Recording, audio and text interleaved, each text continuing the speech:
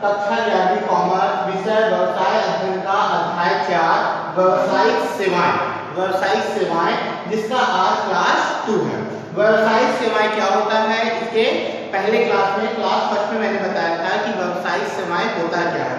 व्यवसाय को सुचारू रूप से चलाने के लिए जिन जिन चीजों की आवश्यकता होती है, चीजों से मतलब है सेवाओं की, उसको यहाँ पर व्यावसायिक सेवा, जैसे व्यापार जिसमें हम क्रय विक्रय करते हैं, वस्तुओं का लेन देन करते हैं और हमको लाभ होगा, किंतु उस व्यापार को सुचारू रूप से चलाने के लिए जिन चीजों की आवश्यकता पड़ती है, मतलब व्यापार को चलाने के लिए जिनकी सहायता लेनी पड़ती है, यहाँ पर उनको सेवाओं का रूप बताया। जैसे व्यापार के सहायक जितने भी हैं, मैंने क्लास अध्याय 1 में मैंने बताया था कि व्यापार को चलाने में जितनी चीजों की आवश्यकता पड़ती है, सहायता लेनी पड़ती है, जिसमें बैंकिंग है ना, विज्ञापन, विपणन और क्या बोलते हैं परिवहन, ये सब क्या है, संचार, ये सब सेवाएं हैं, व्यापार के सेवाएं।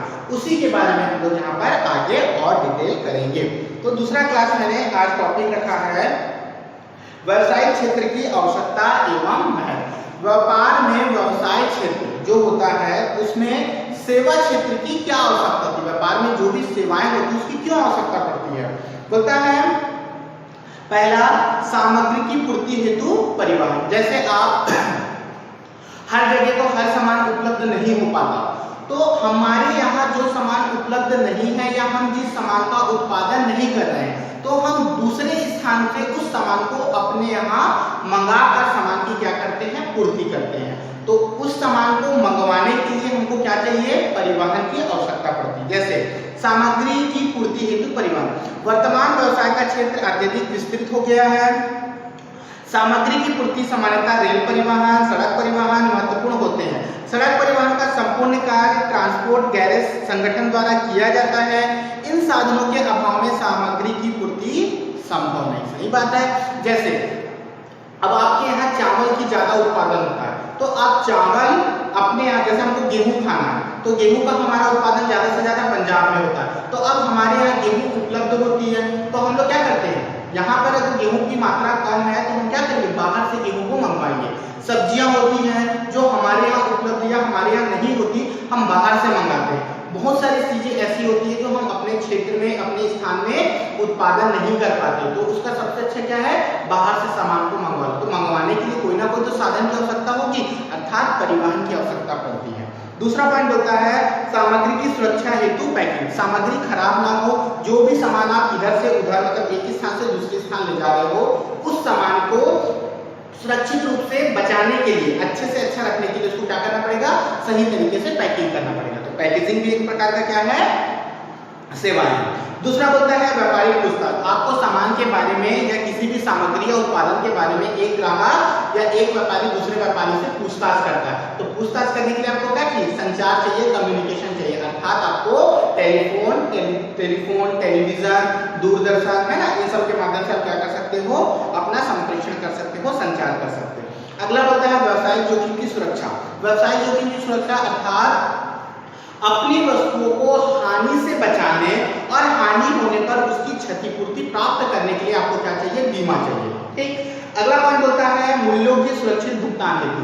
मूल्य का सुरक्षित भुगतान। व्यापारी आजकल बहुत दूर दूर स्थान पर निवास करते हैं, तो आप उनके घर जाके तो पैसा दोगे नहीं, तो सबसे अच्छा तरीका क्या है, बैंकों के माध्यम से आप क्या कर दो, पैसा एक स्थान से दूसरे स्थान भेज दो, तो आसानी से हमारा पैसा एक स्थान से दूसरे स्थान चला जाता है। तो एक स्थान से दूसरे स्थान पैसा ट्रांसफर करने के लिए आपको कौन सी सेवाओं की आवश्यकता पड़ती है, बैंकिंग सेवा की आवश्यकता पड़ती है।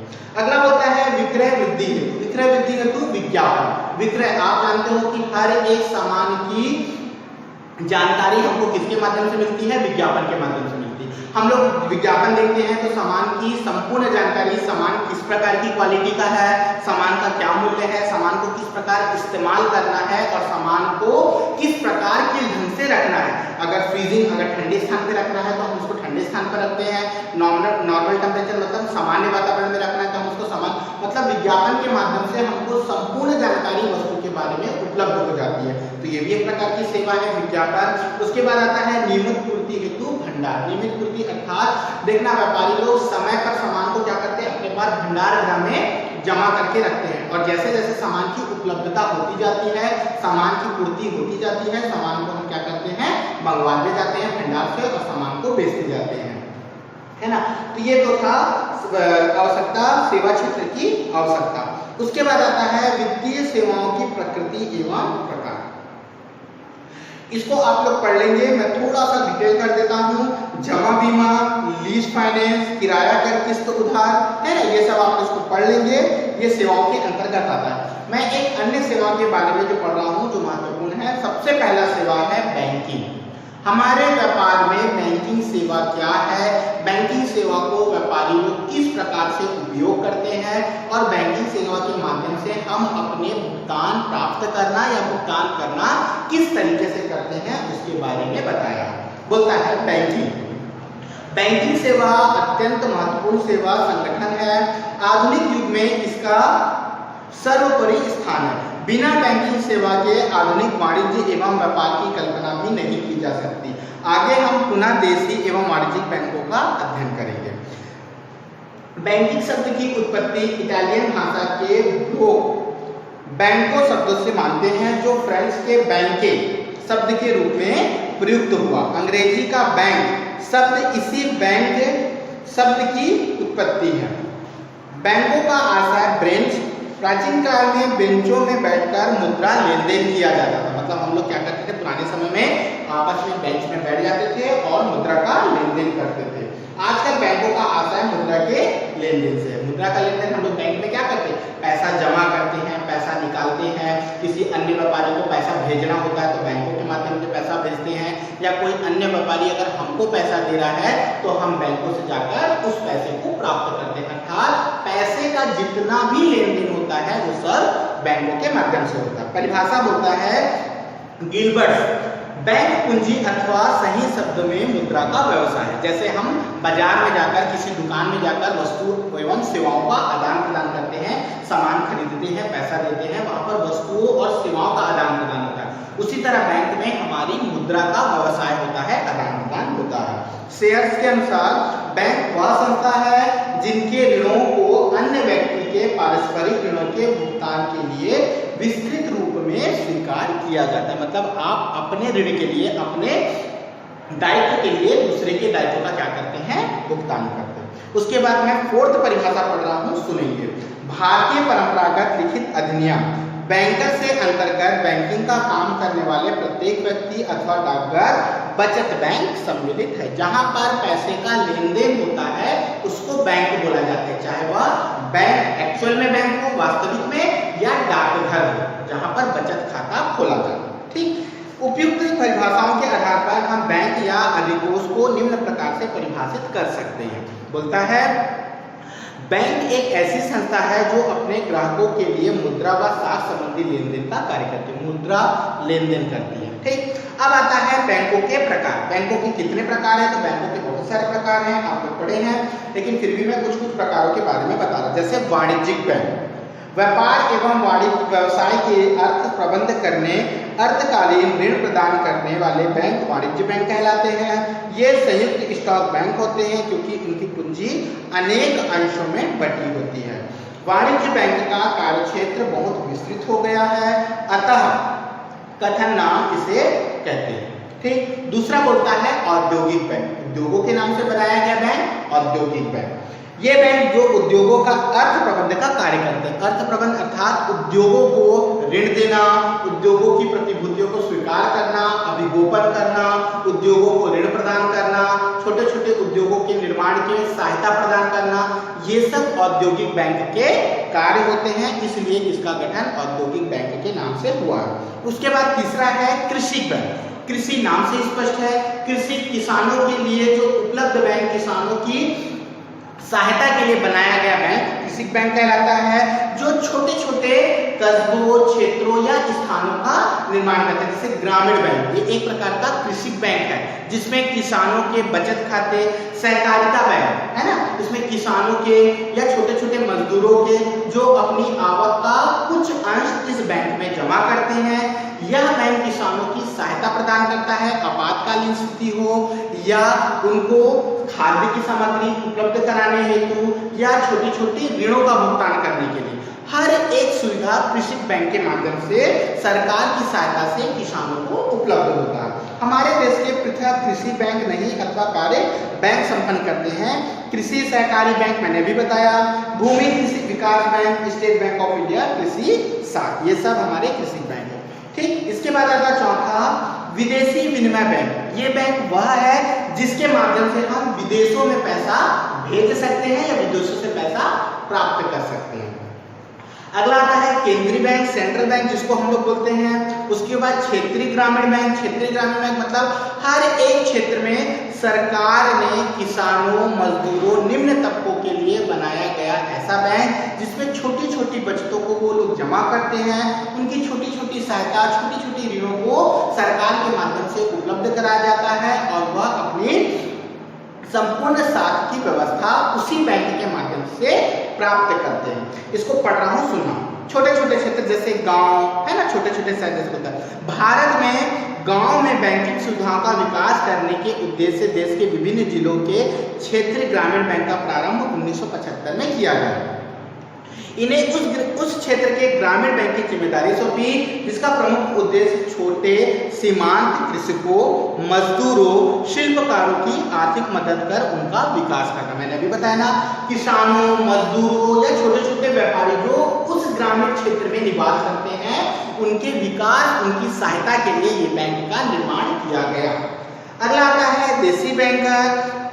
देशी बैंकर इसे बैंक का रूप नहीं कहते किंतु यह बैंक की तरह कार्य करता है, जिसको हम लोग महाजन, साहूकार है ना, इस नाम से पुकारा जाता है। ठीक है, उसके बाद आता है एक्सिम बैंक और नाबार्ड, इसको आप लोग पढ़ लेंगे।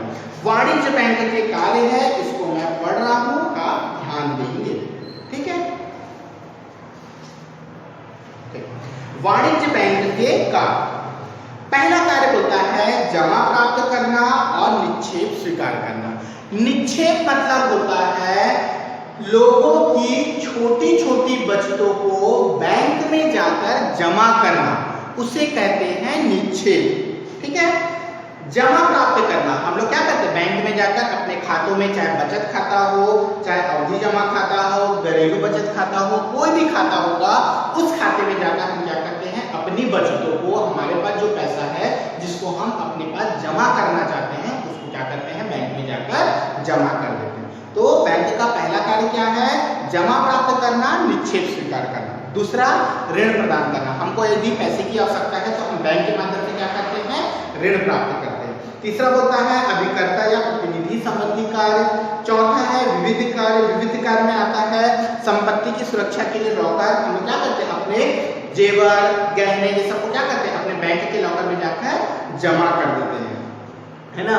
और जमीन के कागज वागज जितनी भी हमारे पास संपत्ति है जिसका भय है, डर बना है कि हमारे यहाँ चोरी हो जाएगा, तो उन सबको हम लोग क्या करते हैं, बैंक से लॉकर प्राप्त करके लॉकर में जमा कर देते हैं। तो इन सब का कार्य भी कौन करता है, बैंक करता है।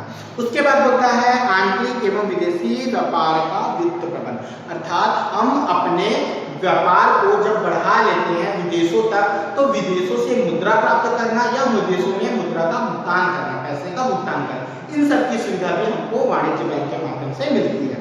उसके बाद साख का सृजन, उधार के संबंध में, संकट काल में सहायता, यदि कोई आपत्ति आ जाती है या विपदा आ जाती है या संकट काल आ जाता है व्यापार में, तो उसके समय में हमको सहायता मिलती है। व्यापार उद्योग में सहायता, व्यापार और उद्योगों को सहायता प्रदान करती है। तो इस प्रकार वाणिज्य बैंक के हमारे कार्य हैं। ठीक, उसके बाद अगला है बैंकों के लाभ या महत्व। हमारे व्यवसाय जगत में बैंकों का क्या लाभ है, इसके बारे में बताएं। पहला, बचत की आदत, हम जो पैसा जमा करते हैं इससे हमको बचत की आदत होती है, बैंकों में हमारा पैसा जमा होता है। दूसरा, बहुमूल्य संपत्ति की सुरक्षा, जैसे हीरे जवाहरात और हमारी गहने हो गया, जमीन संपत्तियों के कागज हो गए, इन सबको हम क्या करते हैं, बैंक में जाकर जमा कर देते हैं लॉकर लेकर, जो ये सुरक्षित रहता है। पूंजी का निर्माण, जब हम बचत का धीरे धीरे छोटी छोटी रकमों को हम अपने बैंक में जमा करते हैं तो एक बड़ी पूंजी, एक बड़ी रकम का निर्माण एकाएक हो जाता है। धन का अंतरण, हम बैंक में धन का अंतरण करते हैं, अर्थात लेन देन करते हैं, आसानी से एक स्थान से दूसरे स्थान में क्या कर सकते हैं, मुद्रा या पैसा को भेज सकते हैं। यात्री चेक की सुविधा, जैसे आपको पता है कि हम अगर ज्यादा कैश लेकर हम एक स्थान से दूसरे स्थान जाएंगे तो हो सकता है रास्ते में हमारा पैसा चोरी हो जाए, तो उसकी सुविधा है आपको डीडी बनवा लो, चेक रख लो, या आप एक पोस्टल ऑर्डर जिसको बोला जाता है उसको बनाकर ले जाओ और वहां पर जाओ, केवल कागज के रूप में आप उसको ले जा सकते हो। ये सुविधा भी हमको मिलती है।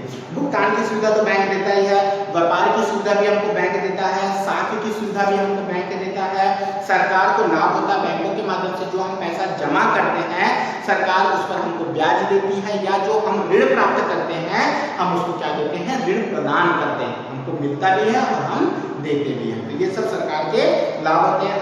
आयात में सहायता होती है, धातु मुद्रा के उपयोग में बचत, नैतिक लाभ और अन्य लाभ। ये तो था हमारे बैंक के लाभ। नेक्स्ट क्लास में हम लोग बीमा से पढ़ेंगे कि बीमा हमारा क्या होता है और बीमा को किस प्रकार हम बताते हैं कि बीमा से हमारी किस प्रकार की जोखिम दूर होती है। क्लियर है? तो जितना मैंने बैंक के बताया है ये बैंकिंग के संबंध में से।